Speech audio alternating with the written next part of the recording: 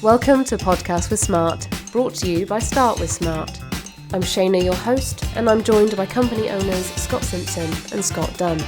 Join us as we uncover the world of smart home automation and security. Whether you're a homeowner or a business, Podcast with Smart has the tips and trends you need to make your homes and businesses smarter and safer. Let's get to it, shall we? So there are many smart technologies that aren't in our remit, but we love techie stuff, and we love hearing sort of positive news from smart tech. So here's one very close to home in Exeter, and it was a care home. So smart socks, they're a wearable technology that's been trialled in Exeter in a care home that can monitor heart rate, sweat, motion, track anxiety and distress in dementia patients. Developed by Dr. Zeke Steer, they aim to prevent falls, enhance well-being and promote independence by alerting carers to rising stress levels, which means they can react quicker and help quicker. How great is that? It's amazing, isn't it? It's awesome, yeah. Yeah. I love the innovation in that area. There was another one a little while back where they were doing a trial of actual like smart home technology in care homes to help people that were sort of physically had physical difficulties with doing simple things like opening and shutting curtains and blinds and stuff, and they really, they were trialing this technology out there, and they were getting really good results with it in terms of helping people and improving their lifestyle. So it's nice, actually. It's nice, isn't it, to see technology being used in that way? It is, because it's so easy to do as well. I mean, I say that with very little knowledge of how well any of that was put together. But you make these in your sleep, mate. The fundamentals behind, a sensor that monitors somebody's sweat, heart rate, and so, that's already an established technology. The smartwatches and things like that. The stretch to being able to fit it into a pair of socks isn't too far beyond the realms of anyone's imagination, but actually putting it into practice and having that work and seeing the results of that is pretty fascinating. It sort of begs the question of how far will that go, because if you can get that into a pair of socks, then what other, we're going to have smart clothing all over the place before we know it, I think. Yeah, I mean, there's already quite a lot of smart clothing that exists. I mean, there's been fashion shows purely from smart clothing. I must admit, I'm not too savvy on this side of things. You might have to enlighten me. What's going on in the smart clothing world then, folks? There's been sort of things that can change due to sort of heat. So it's like heat sensors. Things that have like pixels, and so the sort of the shape of the outfit remains the same, but the design on it can adapt. Oh, like a TV screen. Wearable LED, yeah. Do you think there's anything that's currently missing from wearable tech, or something that you think would be really cool and helpful? It's a good thought, and I don't know. I think they missed the trick with a lot of the wearable, the headsets and the VR and stuff like that. I think there's probably some vast improvements to be had there. Well, you say missed the trick, but actually, Apple's just announced their new goggles, haven't they? Where there's something $3,500 or something. It's absolute. There's another heap of wedge above and beyond what Meta have done, but they're not the size of this, are they? No, they're not the size of that. But then Meta have released a pair of glasses with AR in, which look like normal glasses. Wasn't there something? Was it? That'd be cool. Was it a Google Glass? And Google have done it before. It only kind of didn't last very long, but it sort of gave you like little maps that you could follow. You could take pictures just wearing your glasses. Oh, did they? Yeah. I remember it kind of. They came and went, didn't they? I think they were quite a high price point. And I think there was a lot of issues with it, like people taking pictures without people's consent and recording in cinemas and things like that. They had major concerns of privacy breaches and things like that. Oh yeah, that'd be a minefield. But interestingly, if you're just an individual out in public, you can capture any data you want to, handle it in whatever way you see fit, and there doesn't seem to be any sort of legislation or guidance for individuals and how they need to conduct their affairs with that. In sort of no, there isn't. But then I suppose there's no expectation of privacy in public, and perhaps that's the point, right? Well, yeah. I mean, the sort of like the wide public in and of itself sort of insinuates that you're out there in front of everybody. It's kind of like, if you don't want to be seen by anyone, don't go outside. Yeah. But at the same time, I think a lot of people's concerns are a little bit sort of a bit sort of misplaced. I don't, if you're what have you got to worry about?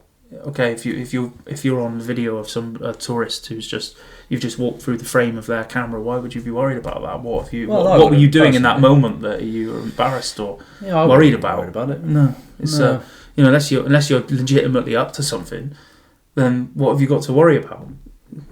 In which case, you should be on camera because you're breaking the law. It kind of like sort of feeds into that facial recognition stuff, doesn't it? Yeah, which is what I was going to head on to next.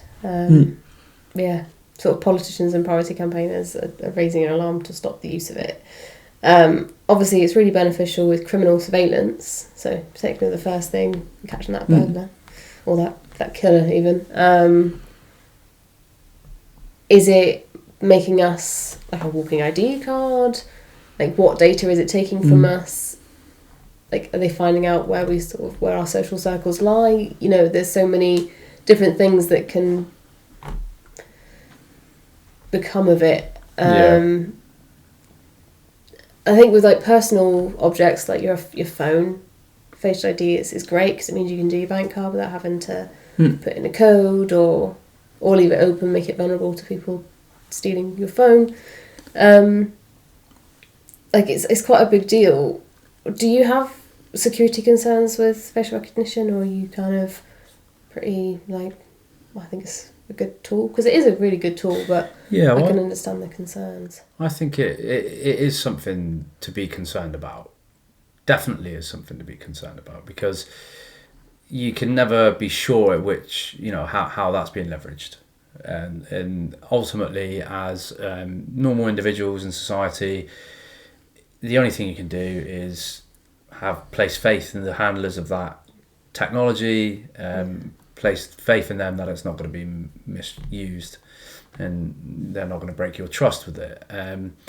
But ultimately, it's a vulnerability to the individual. There's no way around that. I mean, there's cameras everywhere already. Your information and footage of you passing through a city centre, for example, is already at this point in time, and has been for many, many years, recorded, captured and stored.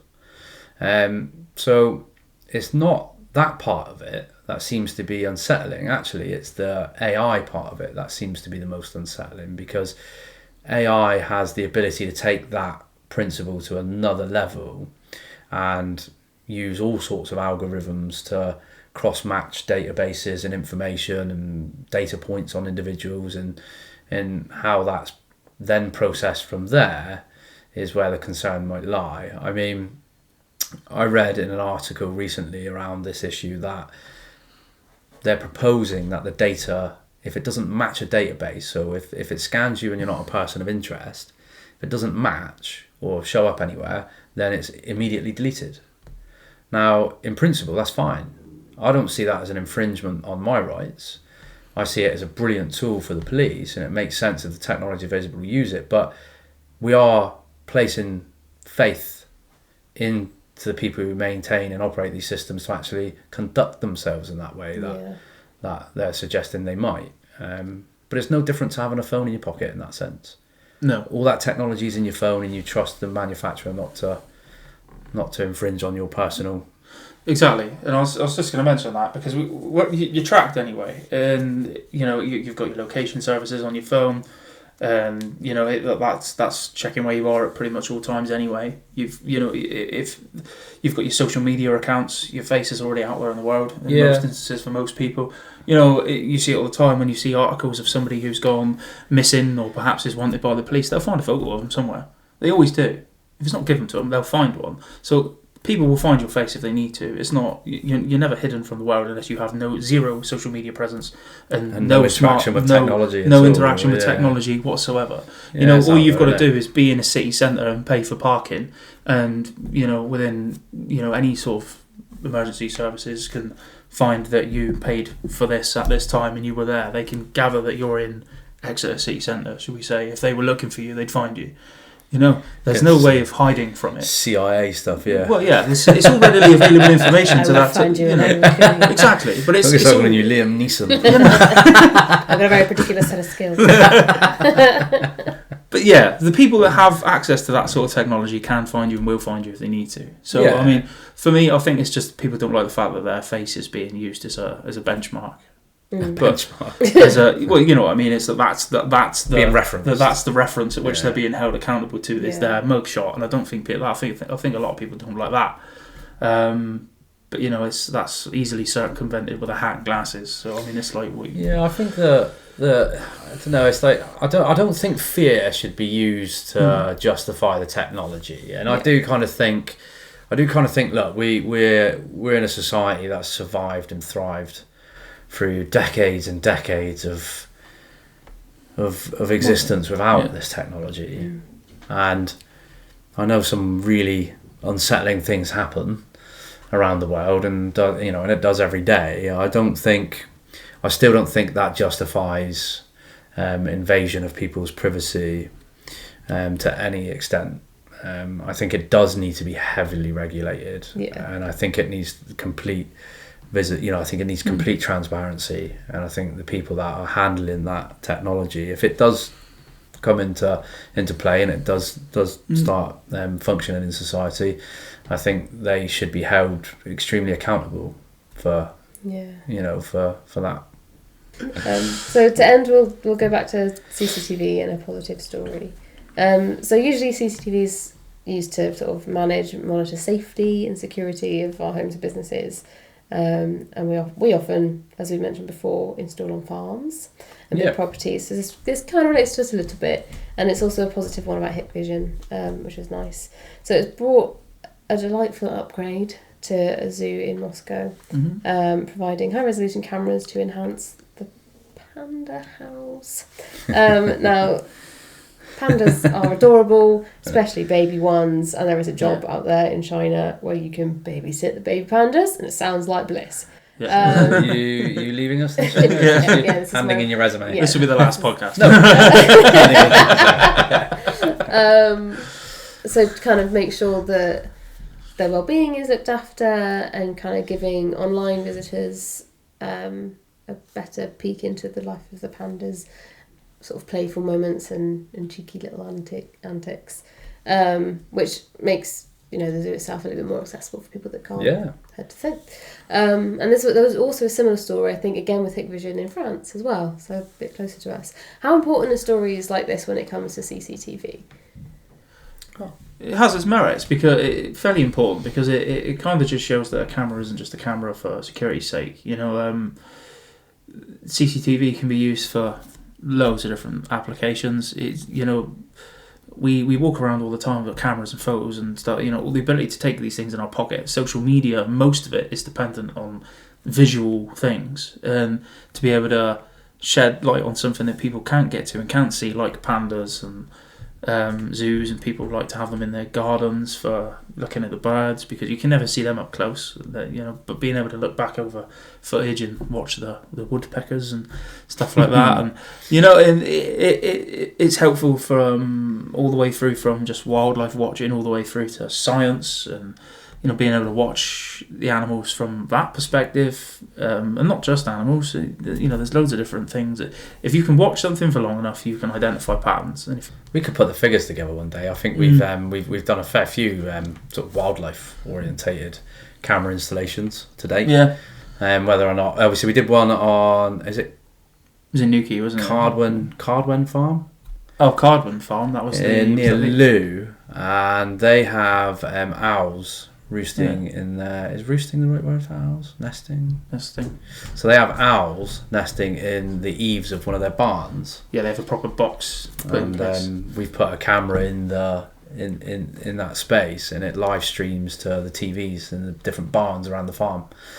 So one of their USPs is that people can come and stay and just flick their TV on and see a live stream of what's going on in the owl's nest. And we've had customers that want cameras pointing on their ponds and their bird feeders. Cool, yeah. It's not all security. Yeah. Every now and then we get sent a message, don't we, from someone that, look at this badger I found. Or we had a customer down in Newquay who's got he's got a pan tilt camera on his, because he's got quite a long garden, and he's got several sort of bird feeders that he has, and he'll move the camera around to the different bird feeders and zoom in and watch And those. the up close. details, Yeah, it's really good. It's can make for a very good bird watching tool. It can. Yeah. And pandas. And And pandas. pandas. Yeah. Will be now. We will Yeah, well done, see you on episode 3. Yeah. Cheers. See you then. Bye. Thanks, please. Thank you for tuning into this episode of Podcast with Smart. Don't forget to connect with us on social media for a closer look into the work we do. And if you're eager for more exciting podcast content, be sure to hit that follow or subscribe button. Stay smart and stay connected.